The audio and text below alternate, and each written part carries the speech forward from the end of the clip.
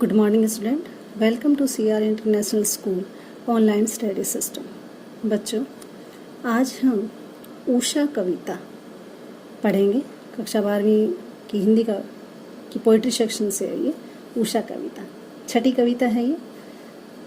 इसके जो कवि हैं वो शमशेर सिंह बहादुर हैं। अब उषा का मतलब यहाँ पर होता है सवेरा, यानी कि जब सवेरा जब होता है, जब उषा की किरणें जब फैलती हैं चारों तरफ, सवेरे की जब किरणें फैलती हैं तो आसमान का जो दृश्य है, यानी आसमान जो है वो कैसा दिखाई देता है, इसका वर्णन शमशेर सिंह बहादुर ने अपनी कविता में किया है।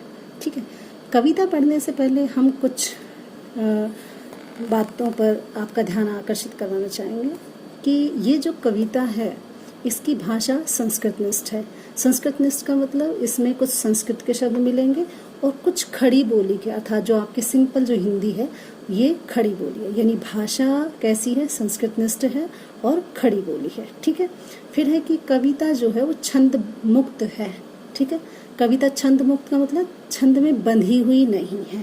ठीक है, छंद में बंधी हुई का मतलब मैंने कई बार आपको समझाया है कि कविता में अगर लास्ट के जो वर्ड होते हैं या शब्द होते हैं, अगर वो सेम साउंड में आते हैं, ठीक है, और बराबर बराबर पहरे में लिखे होते हैं तो वो छंद में बंधी हुई होती है।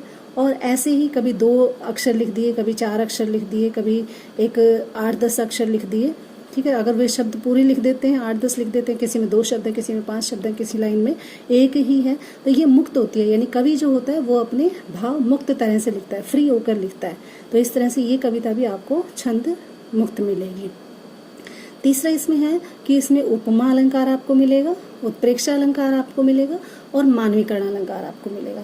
मानवीकरण यहाँ पर बताया गया है कि अगर प्रकृति की तुलना मानव से की जाए या मानव की तुलना प्रकृति से की जाए, वहाँ पर मानवीकरण अलंकार होता है। ठीक है, और उपमा में यदि तुलना की जाए और उत्प्रेक्षा में जहाँ मानो मनो जानो जनो जैसे शब्द आ जाए, ठीक है, या मान लिया जाए, वहाँ पर इस तरह का अलंकार का प्रयोग किया जाता है। फिर चौथा पॉइंट यहाँ पर आता है बिंब और प्रतीक। ठीक है, बिंब का मतलब होता है कि आप आंखों के सामने इमेज बनाएंगे। ठीक है, मैंने बोला बेटा सेब खाया आपने तो आपके आंखों के सामने सेब की पिक्चर आ जाती है। ठीक है, और उसके प्रतीकों का सहारा, यानी सेब किस तरह का होता है उसी तरह का डिज़ाइन, ठीक है, या उसी तरह का चित्र मैं एक शेप बना दूं, ठीक है, ब्लैक बोर्ड पे बना दूं कहीं पर भी, तो आपको लगेगा उसी की तरह। जैसे डॉक्टर होता है, डॉक्टर ना करके हम प्लस का निशान लगा देते हैं तो वो क्या होता है, उसका प्रतीक चिन्ह होता है। ठीक है, इसी तरह से कहते हैं बिंब और प्रतीकों का यहाँ पर कवि ने सहारा लिया है। अब बिंब भी कौन सा, बिंब भी यहाँ पर चाक्षु बिंब का प्रयोग किया है। किसका किया है, चाक्षु बिंब का। अब चाक्षु का मतलब होता है आंखें, चक्षु। ठीक है, आंखों का बिंब, यानी आप आंखों के सामने उन बिंबों को बनाते हुए चलोगे, अर्थात जैसा जैसा मैं कविता आपको पढ़ाऊंगी वैसा वैसा आपके आंखों के सामने सुबह का जो चित्र है वो ऐसे ही बनता चला जाएगा, यानी आप कल्पना में खो जाएंगे। ठीक है, कैसे, सवेरे की कल्पना में, जैसे आप देखते हो सुबह सुबह। अब यहाँ पर जो 5वां पॉइंट है वो है कि यहाँ पर क्या, यानी आप कविता जब पढ़ोगे तो आपको क्या मिलेगा, गांव की सुबह या भोर का मतलब भी सुबह ही होता है, का मनोहारी वर्णन किया गया है। कि कवि ने यहाँ पर गांव की सुबह का बड़ा ही मन को हरने वाला ऐसा मनोहारी वर्णन कवि ने यहाँ पर किया है।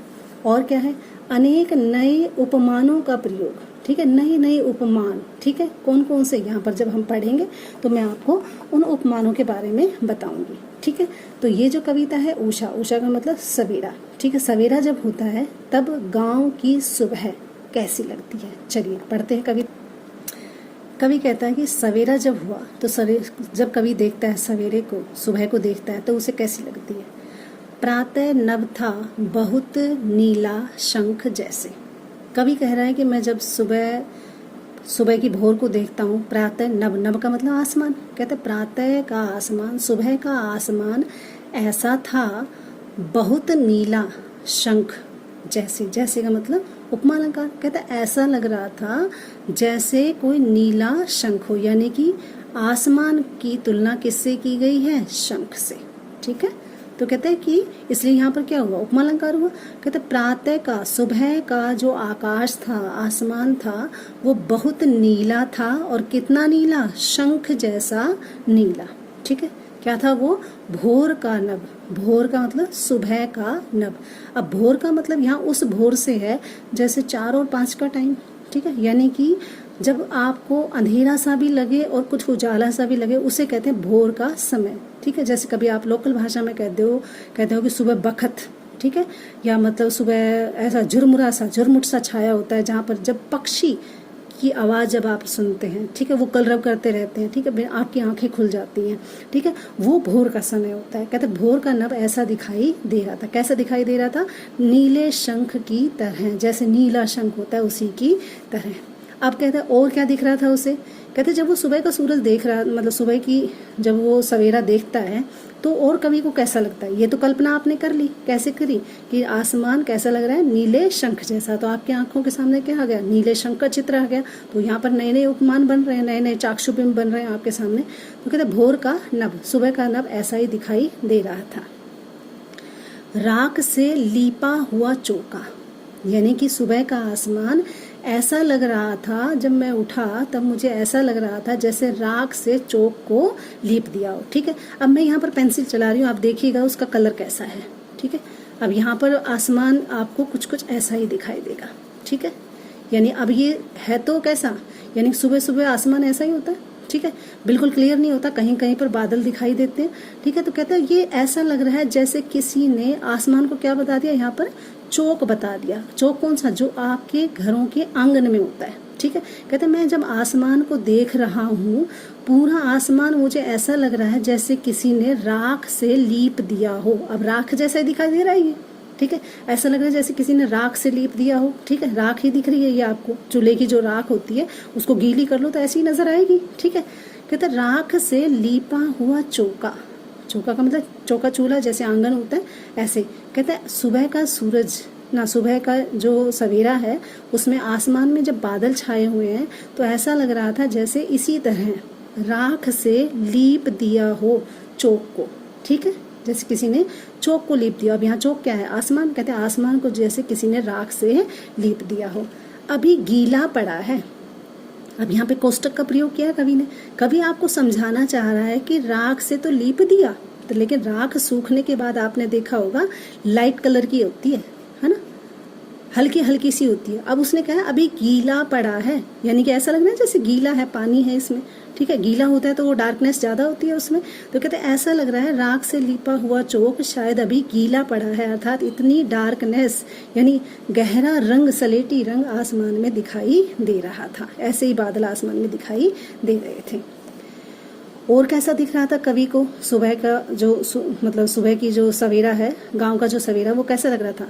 बहुत काली सिल जैसा। सिल का मतलब पत्थर, ठीक है। आपने देखा होगा गाँव में बहुत बड़ी बड़ी सिल होती हैं, पत्थरों पहाड़ों में बड़ी बड़ी सिल निकलती हैं, पत्थर निकलते हैं, ठीक है। या आपने देखा होगा इस तरह से आपके जो मकान हैं, मकानों में भी आपने इस तरह के मार्बल लगाए होंगे सिल की तरह, सलेटी रंग के, ठीक है।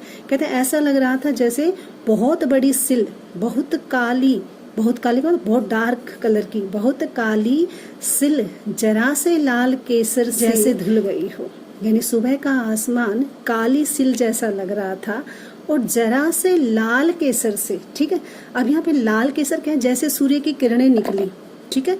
तो यहाँ पर क्या है? ये सलेटी रंग हो गया, ठीक है। ये मान लीजिए कहीं कहीं पर ये सलेटी रंग है, ठीक है। अब सलेटी रंग में वो कह रहे हैं जरा से लाल केसर से, यानी केसर का रंग लाल होता है, तो यहाँ पर मैं ऑरेंज कलर का इस्तेमाल कर लूँ तो थोड़ा थोड़ा यहाँ पर ऐसा भी दिखाई देगा, ठीक है। यानी कि सुबह का सूरज ऐसा ही होता है, कहीं कहीं पर पीलापन लिए हुए, कहीं कहीं पर कैसा, ठीक है, कहीं कहीं पर वो क्या है? स्लेटी रंग लिए होता है, ठीक है। ऐसा ये देखिए, ठीक है। अब आपको दिख रहा है तो कहीं पर पहले क्या था? कालापन था, लेकिन अब वो कैसा हो गया है? लाल केसर जैसा, ठीक है। जैसे केसर लाल होती है ऐसा ही रंग उसमें दिखाई दे रहा है। यानी पहले ग्रे कलर का, फिर कैसा हो गया? सवेरा लाल केसर जैसा। ऐसा लगता है जैसे वो सिल का मतलब ये सिल, इस पर अगर किसी ने केसर डाल दिया हो, अर्थात ये डार्कनेस खत्म हो जाती है और इसके ऊपर क्या आ जाता है? केसर जैसा रंग आ जाता है। ठीक है, ऐसा सवेरा हो जाता है, फिर पहले ऐसा होता है, फिर ऐसा आ जाता है। ठीक है, तो कहते हैं उसी तरह से बड़ी काली सिल के ऊपर जैसे किसी ने लाल केसर धो दी हो, धुल गई हो, डाल दी हो। ठीक है, तो यहाँ पर जैसे उपमा अलंकार है, ऊपर भी मैंने बताया था कि जैसे, शंख जैसे में भी उपमा अलंकार है। ठीक है, अब आगे चलिएगा। कहते सलेट पर या लाल खंडिया चाक। अब यहाँ पर काली सिल बताया आसमान को, काली सिल जैसा। ठीक है, अब वो दूसरा उदाहरण देता है कि मान लो सलेट, सलेट में जैसे आपने बचपन में कभी सलेट पे काम किया हो। ठीक है, कहते सलेट भी ऐसी होती है, कैसी होती है, इसकी तरह। ठीक है, सलेट ऐसी होती है। ठीक है, इस सलेट पर लाल खंडिया चाक। अब लाल खंडिया चाक क्या है, यहाँ पर लाल गेरू रंग देखा है आपने। ठीक है, गेरुआ रंग जो होता है, जो आपका ऑरेंज कलर का, जैसे आपके तिरंगे में जो केसरिया रंग होता है, ऐसा। कहते हैं ऐसा लगता है सलेट पर किसी ने केसरिया रंग डाल दिया हो। ठीक है, अब मान लीजिए यहाँ पर ये सलेटी रंग है। ठीक है, अब ऐसे में इसी रंग पर अगर आप खंडिया चाक यानी गेरुआ रंग मिला दोगे तो ये कुछ आपको इस तरह से दिखाई देगा।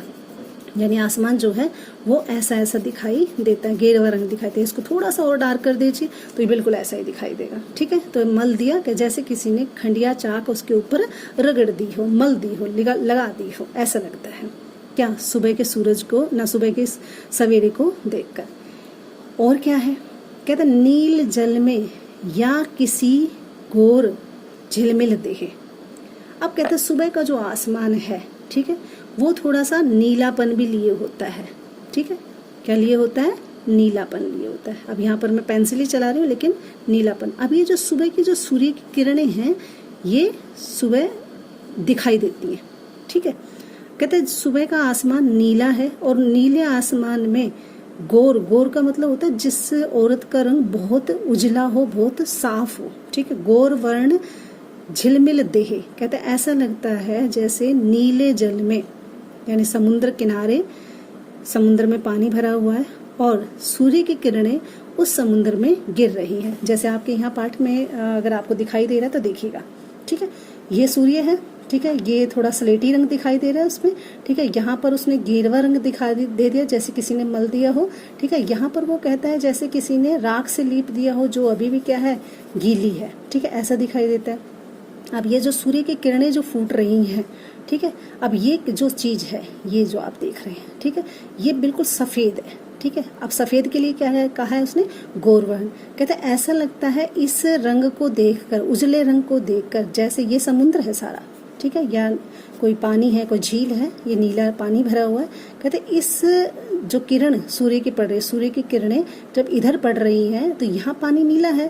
कहते इस नीले पानी में ये जो बीच से सफ़ेद किरण निकल रही है उसके लिए। ठीक है, आ जाइए अपनी लाइन पर। कहते नीले जल में या किसी गोर झिलमिल देह। मानो किसी नीले जल में किसी गोर झिलमिल देह, देह का मतलब काया, शरीर वाली कोई झिलमिल मतलब झिलमिलाती शरीर की काया, गोरे शरीर की काया जैसे हिल रही हो। अभी देखिएगा, ये मूवेबल है। ठीक है, ऐसे ऐसे कर रहा है, ऐसे ऐसे ऐसे। ठीक है, तो पानी ऐसे ऐसे हिल रहा है, तो ऐसा लगता है जैसे कोई युवती बल खाती हुई जा रही है। ठीक है, जिसका रंग कैसा है, सफ़ेद। यहाँ पर भी उसने बताया है जिसका रंग बहुत ही गोरा है, गोरा मतलब उजला रंग। अब यहाँ पर जैसे जो है वो अपना उत्प्रेक्षा अलंकार है, क्योंकि हम मान रहे हैं, मानो हिल रही हो, यानी कि देह, काया, शरीर, मानो उसका शरीर हिल रहा हो। ठीक है, अब यहाँ पर उस जो नारी का जो चित्र बनाया है, यहाँ पर जो सफ़ेद नारी का चित्र बनाया है कि उसका रंग बड़ा गोरा है। कहता है ऐसा लगता है जैसे समुद्र में वो अभी नहा कर निकली हो, ऐसा लगता है नीले समुद्र में अभी नहा कर निकली है गोर वर्ण वाली औरत, यानी कि जिसका शरीर का रंग बहुत ही गोरा होता है। ठीक है, सफ़ेद। ऐसी किरणें समुद्र में गिरती दिखाई दे रही हैं और वो किरणें एक औरत के शरीर की तरह हिल रही हैं, ऐसा उसने बताया। यह तो इसलिए यहाँ पर क्या हुआ, उत्प्रेक्षा अलंकार हुआ। और क्या कहता है, कहते ये सारे चित्र, और फिर क्या हुआ, फिर कवि कहता है जादू टूटता है। कहते ये जो जादू है, कौन सा जादू की बात कर रहा है कवि?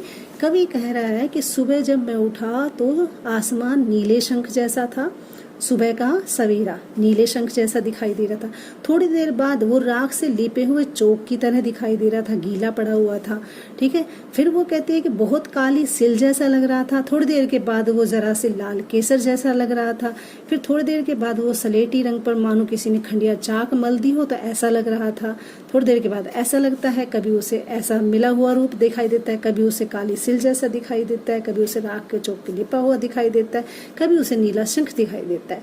तो इस तरह से कवि को सुबह के कई रूप दिखाई देते हैं। कौन कौन से रूप? नीले शंख जैसे, ठीक है, लिपे हुए काले चौक के समान दिखाई दिया। कभी उसे सलेट पर किसी ने गेरुआ चाक रगड़ दी हो तो ऐसा रंग दिखाई दिया उसे। फिर वो कहता है कि किसी सलेट पर किसी ने खंडिया चाक मल दी हो तो उसे ऐसा रंग दिखाई दिया सुबह का। फिर वो कहता है कि कवि कहता है कि ऐसा लग रहा था सूर्य की किरणें पानी में जब पड़ रही थी तो ऐसा लग रहा था जैसे नीले जल में, यानी नीले जल में किसी गोर वर्ण यानी कि गोरे रंग वाली औरत कोई नहाकर निकली हो और झिलमिला रही हो, हिल रही हो, ऐसा दिखाई दे रहा था। तो यहाँ उत्प्रेक्ष अलंकार हो गया। फिर और क्या हुआ? कवि कहता है जादू टूटता है इस उषा का अब कवि कहता है कि अब इतना कुछ होने के बाद अब, यानी कि अब जादू क्यों टूटा? क्योंकि नीले रंग में यानी कि नीले आसमान में जब सफ़ेद किरणें फूटती हैं तो सफ़ेद किरणें कैसे होती हैं? सूरज निकलने का प्रतीक होती हैं। कहते सफ़ेद किरणें जब निकली तो कहते और अब जादू टूटता है उषा का, यानी कि जो सवेरा है, सुबह का जो सवेरा है उसका ये सारा जादू टूट जाता है, खत्म हो जाता है। क्यों? सूर्य उदय हो रहा है, क्योंकि अब सूर्य निकल आया है।